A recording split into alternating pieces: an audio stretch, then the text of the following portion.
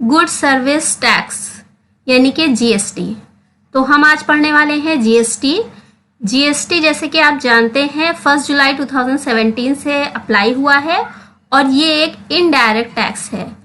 Direct tax क्या होते हैं और इनडायरेक्ट टैक्स क्या होते हैं, इनके बारे में मैं सेपरेट एक वीडियो बनाऊंगी। जीएसटी जो है वो आपका गुड्स एंड सर्विसेज पर अप्लाई होता है, गुड्स एंड सर्विसेज पर लगाया जाता है। उसके अलावा goods and services are divided into 5 different tax slabs for collection of tax. ये जो सर्विसेज हैं इनको 5 टैक्स स्लैब के अंदर डिवाइड किया गया है, जिसमें से फर्स्ट है 0%, सेकेंड है 5%, थर्ड है 12% और फोर्थ है 18% एंड फिफ्थ है 28%। ओके, तो जो भी यानी कि जो भी टैक्स लगता है किसी भी प्रोडक्ट पर वो इनमें से ही होता है, इसके अलावा नहीं होते। Okay, components of GST. GST के 3 कंपोनेंट्स हैं। फर्स्ट है सीजीएसटी यानी कि central goods service tax, second है एसजीएसटी यानी कि स्टेट गुड्स सर्विस टैक्स और थर्ड है हमारा आईजीएसटी यानी inter state goods service tax. अब सीजीएसटी जो होता है, जब हम अपनी ही स्टेट से अपनी ही स्टेट में परचेज और सेल करते हैं, यानी कि हम जिससे परचेज कर रहे हैं या जिसको सेल कर रहे हैं वो हमारी ही स्टेट में रहने वाला है, तो उस टाइम पर जो भी टैक्स लगता है वो 2 पार्ट्स में डिवाइडेड हो जाता है। जैसे कि मान लेते हैं कि हम कोई भी सामान खरीद रहे हैं जिस पर 5% टैक्स लगता है, तो उसका 2.5% 25% जो है वो जाएगा सेंट्रल गवर्नमेंट को और जो बाकी का 22.5% है वो जाएगा स्टेट गवर्नमेंट को, यानी कि सेंट्रल गवर्नमेंट यानी कि केंद्र सरकार यानी कि पीएम और एसजीएसटी यानी कि स्टेट गवर्नमेंट को और स्टेट गवर्नमेंट यानी कि आपकी सीएम जो आपके सीएम होंगे यानी मुख्यमंत्री। ओके, इनको ये टैक्स जाता है। आईजीएसटी जब हम अपनी स्टेट के बाहर परचेज या सेल करते हैं तो उस टाइम पर जो टैक्स लगता है वो हमारा आईजीएसटी है।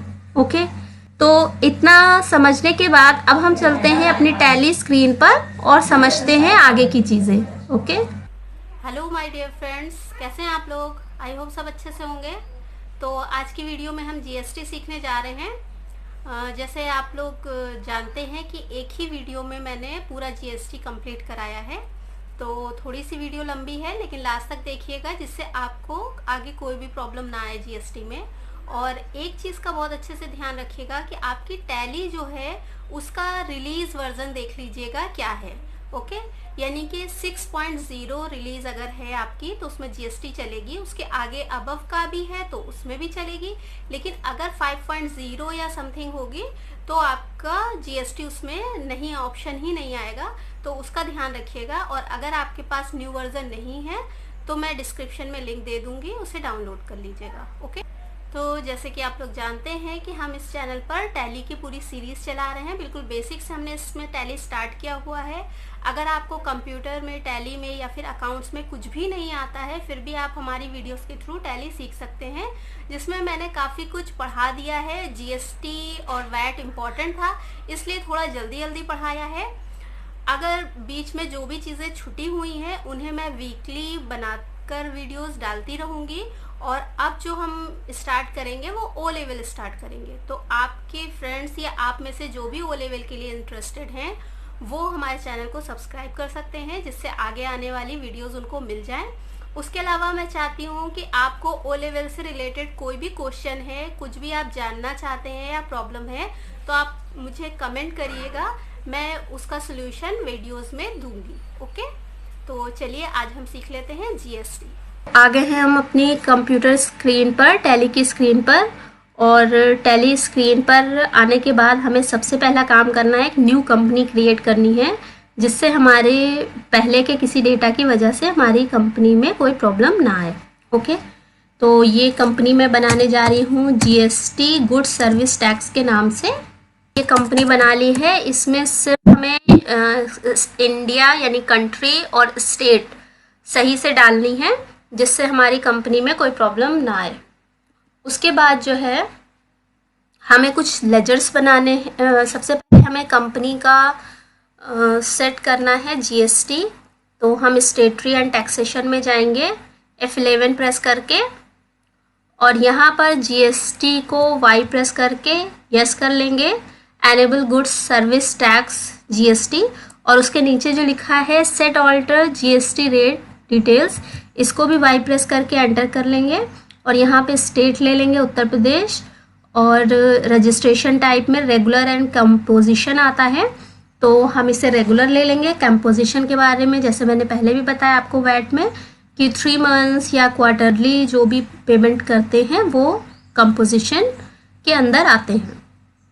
उसके बाद हम GSTIN नंबर सेट कर देंगे। GSTIN नंबर के बारे में मैं आपको बता दूं, ये 3 पार्ट्स में डिवाइडेड होता है।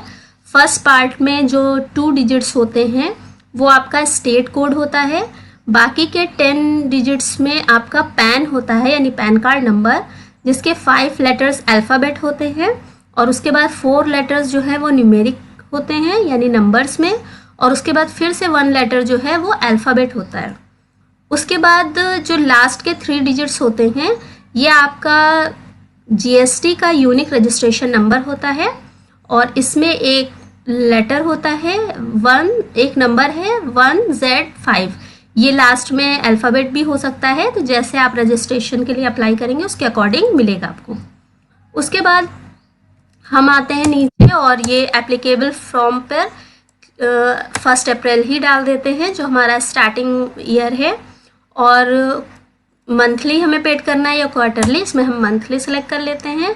अगर आप ऑनलाइन बिल्स पे करते हैं तो आप इसको भी यस कर लीजिए।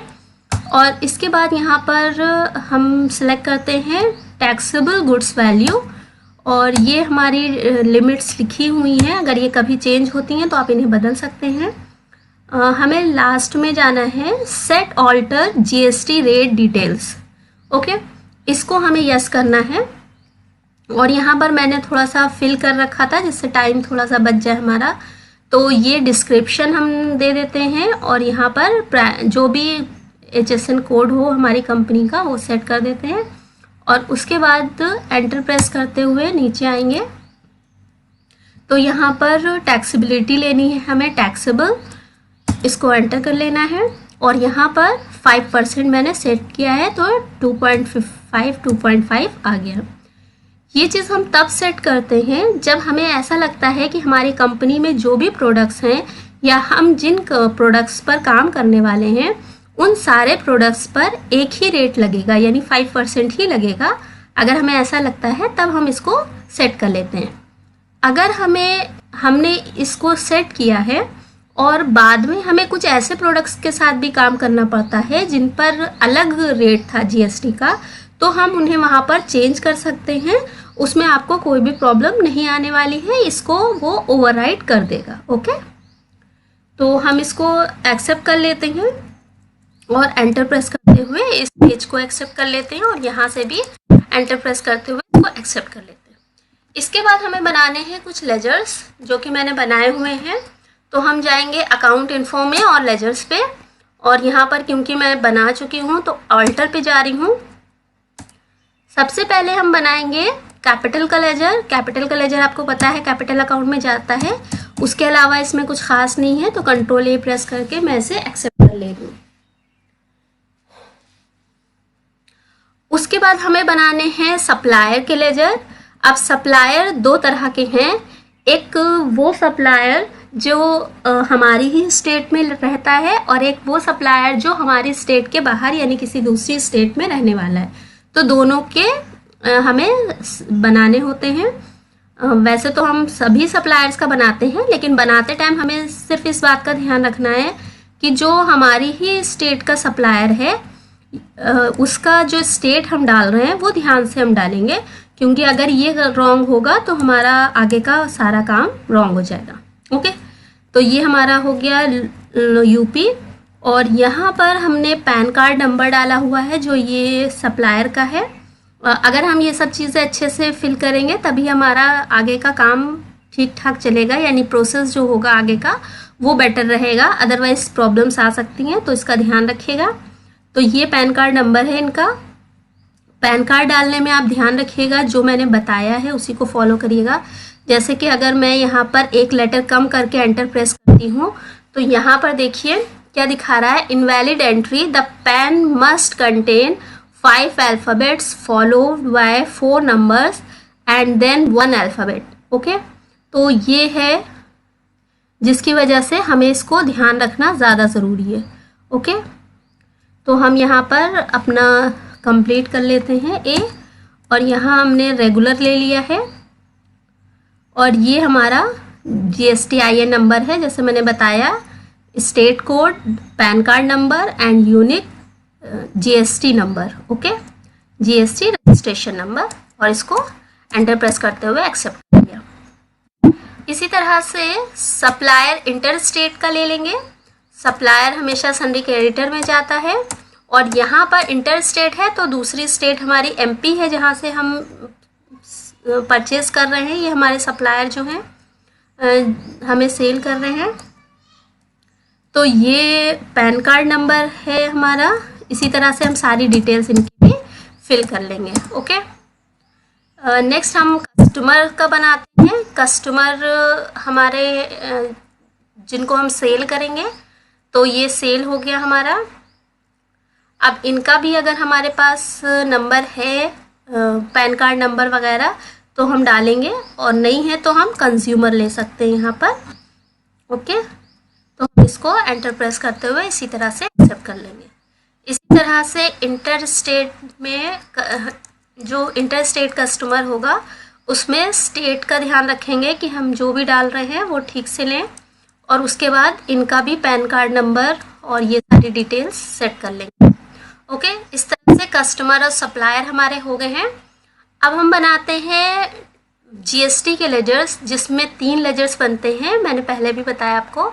यहाँ पर CGST जो है वो ड्यूटीज़ एंड टैक्सेस में जाएगा, और यहाँ पर हम GST सेलेक्ट कर लेंगे, और क्योंकि ये CGST है तो सेंट्रल टैक्स हो जाएगा, और बाकी हम इसको किसी चीज़ को भी यस नहीं कर रहे हैं, नॉर्मली एक्सेप्ट कर रहे हैं। इसी तरह से SGST का हम बनाएंगे। SGST में भी ड्यूटीज़ एंड टैक्सेस में जाएगा, और ये हमारा स्टेट टैक्स होगा, और बाकी इसको एंटर प्रेस करते हुए हमने एक्सेप्ट कर लिया। अब यहाँ पर हमारा IGST है। IGST भी ड्यूटीज़ एंड टैक्सेस में है, और इंटीग्रेटेड टैक्स रहेगा ये, और बाकी हम ऐसे ही एक्सेप्ट कर लेते हैं। इसके बाद जो हमारे बचते हैं वो हैं परचेज एंड सेल के। तो परचेज सेल के भी हमें लेजर्स नॉर्मली बनाने हैं। यहाँ पर बस हमें GST एप्लीकेबल करना है। यहाँ पर जब भी हम आएंगे तो नॉट एप्लीकेबल एंड एप्लीकेबल है, तो इसको एप्लीकेबल कर लेना है हमें, और उसके बाद इसको एंटर प्रेस करके गुड्स में है या सर्विस में, अभी हम गुड्स पर वर्क कर रहे हैं इसलिए हम गुड्स सेलेक्ट करके एक्सेप्ट कर लेंगे। नेक्स्ट हमारा सेल्स का है, तो हमने यहाँ सेल्स ले लिया है और यहाँ एप्लीकेबल डाल के गुड्स ले लिया है। हमारा है SBI लास्ट है, यानी बैंक का लेजर हमें बनाना है। इसमें हमें कोशिश करनी है कि जितनी भी डिटेल्स हों वो सारी डाल लें, जिससे आगे कभी भी GST रिटर्न फाइल करने में हमें कोई दिक्कत ना आए। और इसको हम एंटर प्रेस करते हुए एक्सेप्ट कर लेंगे, और उसके बाद हम बनाने जा रहे हैं इन्वेंट्री इन्फो। इन्वेंट्री इन्फो में सबसे पहले हम बनाएंगे स्टॉक ग्रुप, और स्टॉक ग्रुप भी हम बना चुके हैं, तो हम आपको इसमें एक स्पेशल चीज़ दिखा रहे हैं। 2 हमने ग्रुप बना है। इसमें पहला जो हमारा दाल वाला ग्रुप है, इसमें हमने सेट GST डिटेल रेट को सेट नहीं किया है, इसको हमने ऐसे छोड़ दिया है। और उसके बाद जो राइस वाला है इसमें हमने GST का रेट सेट किया हुआ है। ओके, तो Y प्रेस करके एंटर करना है और ये हमारी डिटेल्स आ जाएंगी। हो सकता है कभी यहाँ पर आपके पास सारी डिटेल्स ना आ रही हो, कुछ शॉर्ट आ रहा हो, तो आपको F12 प्रेस करना है और F12 में आप ये अगर आपका नो होगा तो ये इस तरह से आपको दिखाई देगा। ओके, फिर से हम F12 प्रेस करके इसको यस कर देते हैं। ओके, तो बस ये दो चीज़ों की हमें ज़रूरत होती है। अब इसको यस कर लेते हैं और यहाँ पर टैक्सेबिलिटी में टैक्सेबल रखना ज़रूरी है और हमारे प्रोडक्ट्स पे जो रेट लग रहा हो वो हम यहाँ डाल देंगे और यहाँ डालते ही वही चीज़ यहाँ पर दो पार्ट्स में डिवाइड होकर आ जाएगी और इसको फिर हम एंटर प्रेस करते हुए एक्सेप्ट कर लेते हैं। ओके, तो ये दो हमारे ग्रुप्स बन गए हैं। अब हमें स्टॉक यूनिट बनाने हैं, तो हमने यूनिट ऑफ मेजरमेंट में जाके क्रिएट किया केजी। ये केजी हमारा बन गया है। ओके, अब हमें क्या करना है, स्टॉक आइटम बनाने हैं और स्टॉक आइटम में जाके हम ऑल्टर करके आपको दिखा रहे हैं हमने क्या क्या बनाया है। तो जैसे कि हम लोग दाल पे आते हैं, अरहर दाल जो है हमारी, अब हमने दाल वाले ग्रुप पे जीएसटी रेट सेट नहीं किया था, तो यहाँ पर एप्लीकेबल करने के बाद हम वाई प्रेस करके यहाँ पर हम जीएसटी रेट सेट कर लेते हैं। तो हमने यहाँ पर प्राइमरी ले लिया है और यहाँ ऑन वैल्यू ले लिया है और ये टैक्सेबिलिटी हो गया और यहाँ 18% डाल के इसको एक्सेप्ट कर लिया है और यहाँ पर ये हमारा 1 अप्रैल ही रहना चाहिए, अदरवाइज़ 1 अप्रैल को जो एंट्री होगी उसमें नहीं आएगा। तो हम इसको एंटर प्रेस करते हुए एक्सेप्ट कर ले रहे हैं। इसी तरह से जो हमारा दूसरा दाल का है, मसूर दाल है, मसूर दाल जो है इसमें हमने जीएसटी रेट को यस नहीं किया हुआ है क्योंकि हम ये चाहते हैं कि इस पर जो कंपनी लेवल पे हमने रेट सेट किया है यानी 5% वो आए, इसलिए हमने इस पर जीएसटी रेट सेट नहीं किया है। उसके बाद हम मूंग दाल पर आते हैं और मूंग दाल में हमने इसको यस कर लिया है। इसमें हमने यहाँ पर 28% लिया है जो कि 14 में डिवाइड हो गया। ओके, अब हम क्या करते हैं, यहाँ से बाहर आते हैं और अकाउंटिंग वाउचर में जाते हैं। 6 प्रेस करके हम रिसीव कर लेते हैं कैपिटल की एक एंट्री। तो जैसे हमें पता है कैश टू कैपिटल होता है, तो 2 में हमने कैपिटल ले लिया है और यहाँ पर कुछ भी अमाउंट हम थोड़ा डाल देते हैं जिससे हम जो भी पेमेंट वगैरह करें तो निगेटिव ना दिखाए, इसलिए हम ये एंट्री कर लेते हैं। हम बैंक ले लेते हैं क्योंकि हमें यहाँ पर जो भी करनी है एंट्रीज वो बैंक से ही होंगी, तो हम यहाँ पर बैंक लेके एक्सेप्ट कर लेते हैं। ओके, इसके बाद हमें परचेज की एंट्री करनी है, तो हम जाते हैं अकाउंटिंग वाउचर से ये एंट्री हमने कर ली है। आपको दिखा देते हैं, हमने 1 अप्रैल यहाँ पर डेट ले ली है और इसको एंटर प्रेस करते हुए सप्लायर से यहाँ पर सप्लायर सेलेक्ट कर लिया है और यहाँ पर ये सारी डिटेल जो हमने लेजर में फिल की थी वही यहाँ पर आ रही है। उसके बाद जो है हम परचेज का लेजर सेलेक्ट कर लेते हैं और उसके बाद एक एक करके आइटम्स, उनकी क्वांटिटी और रेट ये डालकर एंटर प्रेस कर लेते हैं। ओके, ये सिंपली करना है, इसमें कुछ स्पेशल हमें नहीं करना है। इसको एंटर प्रेस करते हुए नीचे सारे जितने भी आइटम्स हैं हमारे, हमने सारे एक साथ ही ले लिए हैं, आप चाहे तो अलग अलग ले सकते हैं। उसके बाद एक बार और एंटर प्रेस करेंगे, तब यहाँ पर CGST प्रेस करेंगे तो CGST का लेजर ले लेंगे और उसके बाद S प्रेस करेंगे और SGST का लेजर ले लेंगे। ओके, अब यहाँ पर 887 किस तरह से आया है, अगर हमें ये पूरा अच्छे से देखना है तो हम करते हैं टैक्स एनालिसिस। ओके, उसके लिए हम जाते हैं Alt+A प्रेस करते हैं कीबोर्ड से और उसके बाद Alt+1 भी प्रेस कर लेते हैं जिससे हमें डिटेल्स दिखाई दे।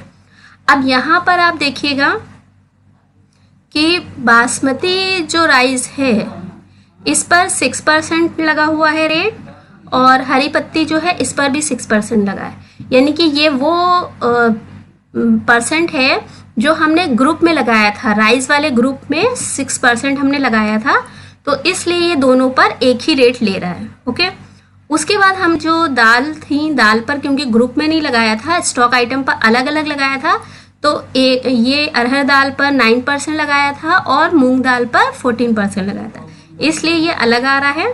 और उसके बाद मसूर दाल पर ये 5% ले रहा है। ये 5% इसलिए ले रहा है क्योंकि हमने कंपनी क्रिएशन के बाद जब कंपनी में जीएसटी सेट किया था उस टाइम पर हमने 5% लिया था। ओके, तो वो 5% अगर हमने स्टॉक आइटम्स में किसी भी स्टॉक आइटम पे या किसी भी स्टॉक ग्रुप में जीएसटी रेट सेट ना किया होता तो इन सब पर 5% आता, बट क्योंकि हमने वहाँ पर स्टॉक ग्रुप या और स्टॉक आइटम में जीएसटी रेट सेट किया हुआ है इसलिए ये वो आ रहा है, यानी कि कंपनी लेवल पे जो हमने सेट किया था उसको इसने ओवरराइड कर दिया, उसके ऊपर ये आ गया। ओके, तो आई होप इस तरह से आपको परचेज की ये एंट्री अच्छे से समझ में आई होगी। इसी तरह से हमने इंटर स्टेट परचेज किया है।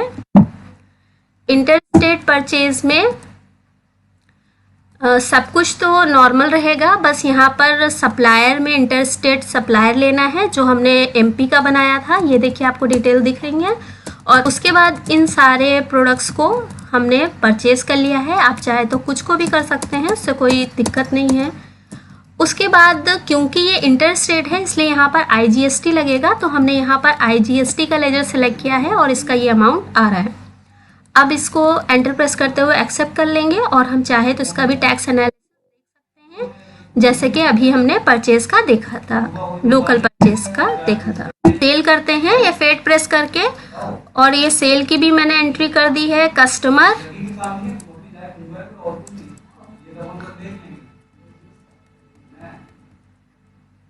ये सेल हो गया है और हमें इसमें कुछ नहीं करना है, जैसे परचेज किया था उसी तरह से सेल कर देना है। और यहाँ पर क्योंकि ये नॉर्मल है तो सीजीएसटी एसजीएसटी दोनों, तो हम यहाँ पर प्रेस करेंगे ऑल्ट पी प्रेस करने पर हमें सेल्स की इनवॉइस रिसिप्ट मिल जाएगी। और उसके लिए यहाँ पर एक चीज़ और ध्यान रखिएगा कि यहाँ नो प्रीव्यू होना चाहिए। अगर विथ प्रीव्यू है तो उस पर क्लिक कर लिएगा, यहाँ पे नो प्रीव्यू होगा, इसका मतलब है कि विथ प्रीव्यू आपको दिखाई दे रहा है। ओके, एंटर प्रेस करेंगे और ये हमें प्रीव्यू दिखाई दे रहा है। अब हम ऑल्ट जेड प्रेस करेंगे तो ये जूम हो जाएगा और अब हम ये पूरी रिसिप्ट देख सकते हैं। इनवॉइस रिसिप्ट जब भी हम कुछ सेल करते हैं तो कस्टमर को देते हैं, तो ये हमारी इनवॉइस रिसिप्ट है और इसमें हमें सारी चीज़ें डिटेल्स दिखाई दे रही हैं। अगर हम विद प्रीव्यू पे क्लिक नहीं करेंगे तो फाइल सेव करने को बोलेगा। अगर आपके सिस्टम में पीडीएफ वगैरह है तो उस फॉर्मेट में सेव कर देंगे तो आगे नेक्स्ट टाइम भी हम उसे ओपन कर सकते हैं। और यहाँ पर सिर्फ ये हमें प्रीव्यू ही दिखाई दे रहा है। इसी तरह से कस्टमर इंटर स्टेट है तो यहाँ पर ये जो भी है हमारी डिटेल्स वो दिख रही हैं और यहाँ सेल सेलेक्ट कर लेना है और ये हमारा एक्सेप्ट हो जाएगा और यहाँ आईजीएसटी हमने लगा लिया। ओके, तो इस तरह से हमारी परचेज और सेल की एंट्रीज कंप्लीट हो गई हैं। अब हम देखते हैं डिस्प्ले। डिस्प्ले में हम जाके डी फॉर डिस्प्ले और O for statutory report. Okay, तो ओ फॉर स्टेटरी रिपोर्ट और फिर ये जीएसटी ऑप्शन पे जाना है हमें। वैसे तो जीएसटी R1 में जब हम जाएंगे तो हमें परचेज के जो भी लेजर्स होंगे वो यहाँ पर दिखेंगे, यानी परचेज की जो भी एंट्रीज होंगी वो यहाँ पर दिखाई देंगी। इसी तरह से जब हम जीएसटी R2 में जाएंगे तो यहाँ पर सेल्स की एंट्रीज दिखाई देगी। सॉरी, यहाँ पर ये हमें सेल की एंट्री दिखाई देगी। अब अगर यहाँ एंटर प्रेस करेंगे तो हमें ये पूरी सारी डिटेल्स दिखाई देंगी। ओके, लेकिन हम क्या करते हैं, स्केप से बाहर आ जाते हैं और यहाँ पर जीएसटी R3B में जाते हैं।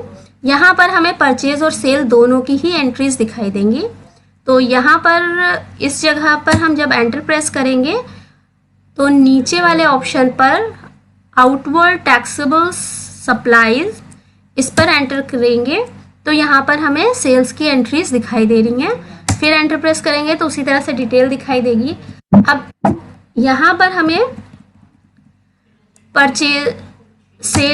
परचेज की एंट्रीज दिखाई देंगी और ये ठीक है। तो इस तरह से हमने यहाँ परचेज की एंट्री देखी, वहाँ सेल की एंट्री देखी। अब ये जो अमाउंट आ रहा है हमारा, ये टैक्सेबल अमाउंट है परचेज का और यहाँ पर जो टैक्सेबल अमाउंट है वो सेल का है। तो परचेज करते टाइम हमने जीएसटी इतना पेड किया था 4,288 रुपीज़, जबकि सेल करते टाइम हमने 3,548 रुपीज़ पेड किया है। तो इन दोनों के बीच का जो डिफरेंस होगा वही हमारा जीएसटी पेबल होगा। ओके, तो अगर हमें देखना है कि ये कितना है तो हम एक काम करते हैं, Ctrl+N प्रेस करते हैं और कैलकुलेटर में आकर अपना अमाउंट लिख लेते हैं 4288 और माइनस करते हैं 3548। ओके, तो एंटर करने पर हमें कितना दिख रहा है 740, यानी कि जीएसटी पेबल जो है हमारा वो कितना है 740 रुपीज़। अब ये हमें जो है वो बैलेंस शीट में भी दिखाई देगा। अगर हम बैलेंस शीट में जाएंगे हम और Alt F1 प्रेस करेंगे, यहाँ पर देखिए ड्यूटीज़ एंड टैक्सेस में हमें 740 रुपीज़ दिख रहा है। ओके, तो अब हम इसको पेमेंट कर देते हैं। तो F5 प्रेस किया हमने और F12 प्रेस किया। यहाँ पर हम लगाते हैं use single entry mode for payment receipt Contra, इसको एंटर प्रेस करते हैं और Ctrl+A से एक्सेप्ट कर लेते हैं। एक चीज़ का ध्यान रखिएगा, ये जो करंट बैलेंस यहाँ पर आ रहा है इसकी हमें ज़रूरत होगी। अगर ये करंट बैलेंस आपके स्क्रीन पर या आपकी टैली में ना ओपन हो रहा हो तो उसके लिए हम क्या करेंगे, यहाँ पर आकर F12 प्रेस करेंगे।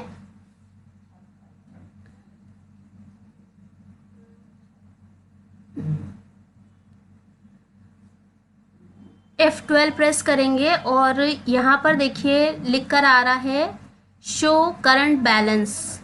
ओके, ये जो ऑप्शन आ रहा है show current balance of ledger, इसको वाई प्रेस करके एंटर कर लेंगे, यस कर लेंगे तो ये करंट बैलेंस आएगा। लेकिन इसका ध्यान रखिएगा कि ये काम आप जब वाउचर एंट्री कर रहे हैं उस टाइम पर पेमेंट या से रिसिप्ट वाउचर में ही करेंगे। अगर आप किसी और वाउचर में करेंगे तो ये ऑप्शंस आपको दिखाई नहीं देंगे। ओके, बैंक, क्योंकि हमें बैंक से पेड कर रहे हैं हम इसको, और सीजीएसटी डाल रहे हैं तो ये 185 रुपीज़ दिखा रहा है। और इसी तरह से एसजीएसटी करेंगे तो भी हमारा 185 रुपीज़ आ रहा है। और फिर से हम यहाँ पर आईजीएसटी लेते हैं और ये हमारा आ रहा है 370 रुपीज़। ये हमने डाल दिया और ये 740 रुपीज़ आ गया है। तो इस तरह से ये एक्सेप्ट हो जाएगा। ओके, और यहाँ पर डेट डाल देंगे जिस डेट को हम पेड कर रहे हैं और इसको एंटर प्रेस करते हैं। होप आपको अच्छे से समझ में आ गया होगा। तो नेक्स्ट वीडियो का वेट करिए और